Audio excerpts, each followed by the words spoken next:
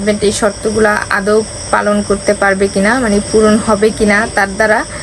তবে আমি অনেক একটা আশা নিয়ে আছি যে সে আমাদের জন্য এতটুকু।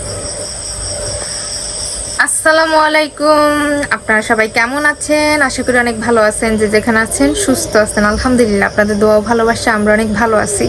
তো প্রতিদিনের মতো চলে আসলাম আপনাদের জন্য আরেকটি নতুন ব্লগ নিয়ে। আজকে ব্লগটা স্টার্ট করছি দুপুর থেকেই। আসলে আজকে সকাল মানে রাত থেকেই প্রচুর পরিমাণ বৃষ্টি, এত পরিমাণ বৃষ্টি যা বলার মতো না। তো সকালে মানে বৃষ্টিটা আরও বেশি বাড়ছে, মানে যত সময় যেতেছে ততই বৃষ্টি বাড়তে হচ্ছে সেই 12টা পর্যন্ত বৃষ্টি হয়েছে। 12টার পরে হচ্ছে আমি একটু বাইরে বেরোইছি, কারণ আমি তো বাড়িতে অনেক দিন ধরে তেমন করে থাকি না, সেটা আপনারা জানেন। আর এবার হচ্ছে আমি ভাবছি আমার নিজের টাকা পয়সা দিয়ে কোনো বাজার হাট করবো না, কারণ আমার হাজবেন্ডকে আমি বলছিলাম যে সে হচ্ছে টোটালি সব কিছু খরচ করবে এখন থেকে। আমি যে ইনকাম করব সেটা তো আমার ইনকাম থাকবেই, বাট আমার ইনকাম থেকে কোনো টাকা পয়সা আর খরচ করা হবে না। সে ইনকাম করবে, সেইখান থেকে সংসার খরচ, ছেলে মেয়ে, ইভেন তার সমস্ত খরচ হচ্ছে এখন থেকে আমার হাজবেন্ড বহন করবে। এটা হচ্ছে আমি তাকে শর্ত দিছিলাম, যে ওই দিন যেদিন আমি বাড়িতে গেছিলাম জিনিসপত্র গুছানোর জন্য, যে আমি বাড়ি থেকে অন্য কোথাও থাকবো আমার ছেলে মেয়েকে নিয়ে, তখন হচ্ছে আমার শ্বশুরবাড়ির লোকজন হচ্ছে আমাকে এই পরামর্শটা দেয় যে একবার সুযোগ দিয়ে তাকে হচ্ছে মানে প্রপার কি করতে হবে সেটা তাকে বুঝাইয়া দেওয়ার জন্য। তাহলে সে যদি সেগুলো করতে পারে তাহলেই বোঝা যাবে যে সে আসলে তার এইগুলা ছাইরা হচ্ছে মানে ভালো থাকতে চায়।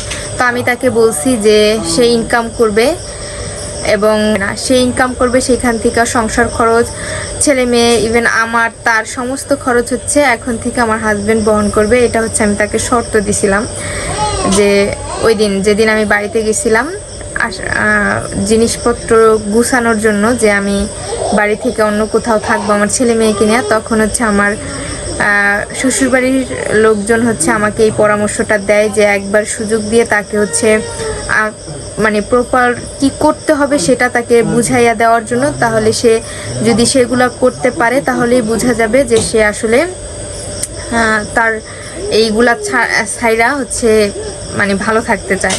তো আমি তাকে বলছি যে সে ইনকাম করবে এবং সমস্ত খরচ সে বহন করবে।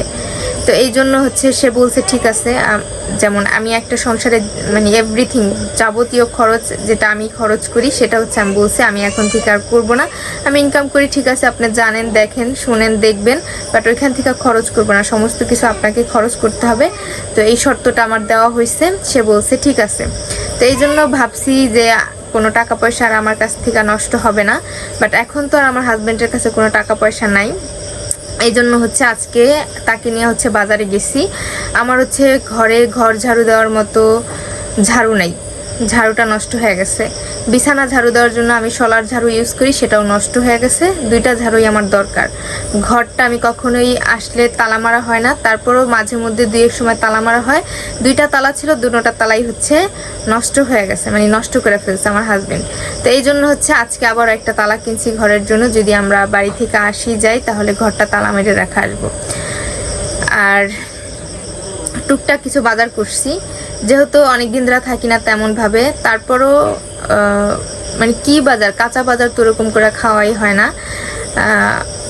মাছ মাংসের প্রয়োজন ছিল, গরুর মাংস তো আছেই, মুরগির মাংসের প্রয়োজন ছিল, মুরগিটা কেনা হয় নাই। তবে আমার 2টা মাছ পছন্দ হয়েছিল। একটা হচ্ছে ট্যাংরা মাছ, আমাদের এদিকে নদীতে পুকুরে যে মাছগুলো হয় সেগুলা আর কি ভালো লাগে দেখতে। তো ভাবছিলাম আনবো, কিন্তু দামে ওরকম হইলো না, এই জন্য আনি নাই। আর ইলিশ মাছ আনা হয়েছে, আর টুকটাক হচ্ছে কাঁচা বাজার আনছি।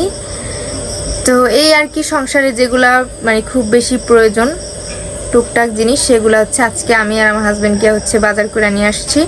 ভাবছিলাম আজকে চলে যাব, আপনারা জানেন ইকরার হচ্ছে আজকে বার্থডে। তো বুড়িটার কাছে ভাবছিলাম আজকে যাওয়া হবে, তো যাওয়া হলো না, কারণ আপু হচ্ছে আজকে বার্থডে করতে পারবে না, কারণ ওর দাদা তো নাই, সরি, ওর দাদি, ফুপি, ওর কাকা, তারা হচ্ছে আস্তে আস্তে আজকে হয়তো বা রাত হয়ে যেতে পারে। এই জন্য হচ্ছে আজকে করবে না, কালকে করবে। এটা হচ্ছে আপু আমাকে জানাইছে, যতটুকু জানলাম। তো সবাই ইকরা বুড়ির জন্য দোয়া করবেন, ও যেন ভালো থাকে, সুস্থ থাকে, বাবা মার হাসির কারণ হয়ে থাকে। তো এই জন্য হচ্ছে যাওয়া হয় নাই। আমি বাড়িতে যাই নাই, কারণ আপু কোথায় করবে সেটা বুঝতে পারি না। যদি বাড়িতে চলে যাই সেখান থেকে আসতে আবারও আমার প্রবলেম হয়ে যাবে। এখানে যেহেতু জাজিরাতে যাইতে সহজ হবে, আর যদি বাড়িতে করে তাহলে তো একবারই চলে যাব, এই জন্য হচ্ছে যাই নাই। তো দেখি কালকে কি করে। তো আজকে বিকালটা মানে এমনিই কাটলো। সেই হাট থেকে আইসা হচ্ছে খাওয়া দাওয়া করছি, একটু রেস্ট নিছি, গল্প গুজব করার পরে দেখেন এই যে আমি হাত ভরে হচ্ছে মেহেদি পড়ছি। হাত ভরে বলতে আমার এইভাবে মেহেদি পড়তে খুব ভালো লাগে, এই জন্য 2 হাতেই মেহেদি পড়ছি। আমার ভাইয়ের বউকে একটু পড়াই দিছি, আমার ছেলেকে পড়াই দিছি, ভাইয়ের মেয়েকে পড়াই দিছি। তো যাই হোক, আজকে সারাদিনে কি করলাম না করলাম সেটা আপনাদেরকে শেয়ার করলাম।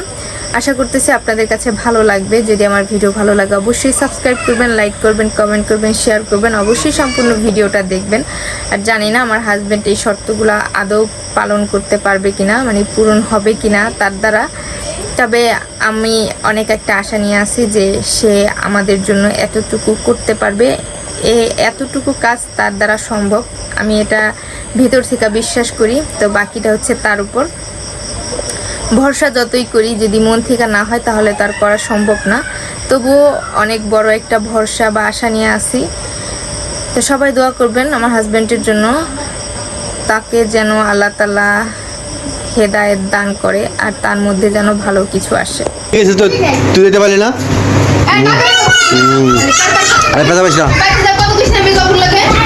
অনেলে আমরা ছিলাম হলো সাবিনুর বাসায় আইছে, সাবিনুর বাসায় আপনাদের ভাবি আসছে, আর কাকায় আমি বেলাল আইছে নেওয়ার জন্য। এরা যাইব না, কালকা যাইব। কালকা হইলো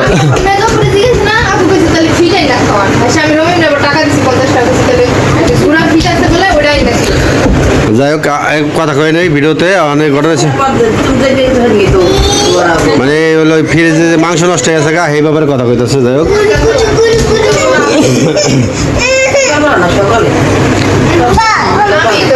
এদিকে সাফায়েতের আমার ছেলের অনুষ্ঠান রাখো। মানে ছেলের অনুষ্ঠানে কি করবা সাফায়েতের? ওটাই নিলি কেটে চাইছিলাম যে ছেলের অনুষ্ঠান করবো, সাফায়েতের বার্থডে আছে, তো এই জন্য আইছিলাম নিতে লেগে আপনার ভাবিরে। তো যাইব না, কালকে যাইব। কালকে হলো বেলালারা বেড়াইতে এসেছে। ঠিক আছে, ঠিক আছে না মা যাইব না তোমার বউ আর কি করবা? যাইতেছে আজকে আইসে এনে, তাই আমি যাই নাই, জানেন এই যে কী কারণে যাই নাই আপনারা সবাই জানেন। তাই এখানে আসছে, সাবিনুর বাসায় আইসে।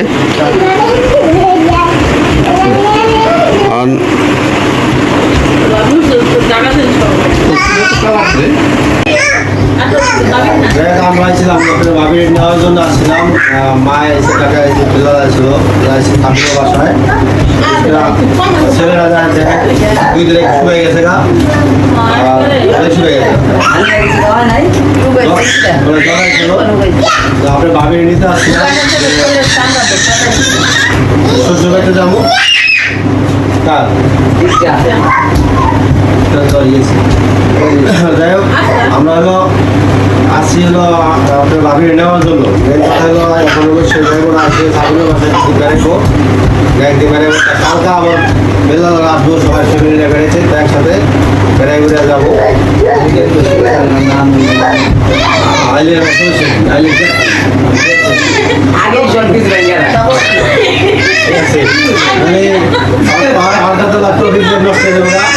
আমার তো নষ্ট করে মাঝে মাঝে দেখেনি। তো আজকে আসছি সাবিনুর বাসা, সাবিনুর নানা বাড়ি থেকে আসার পরে সাবিনুর কি কারণে যায় নাই আমাদের বাড়িতে, এটা সাবিনুর জানে।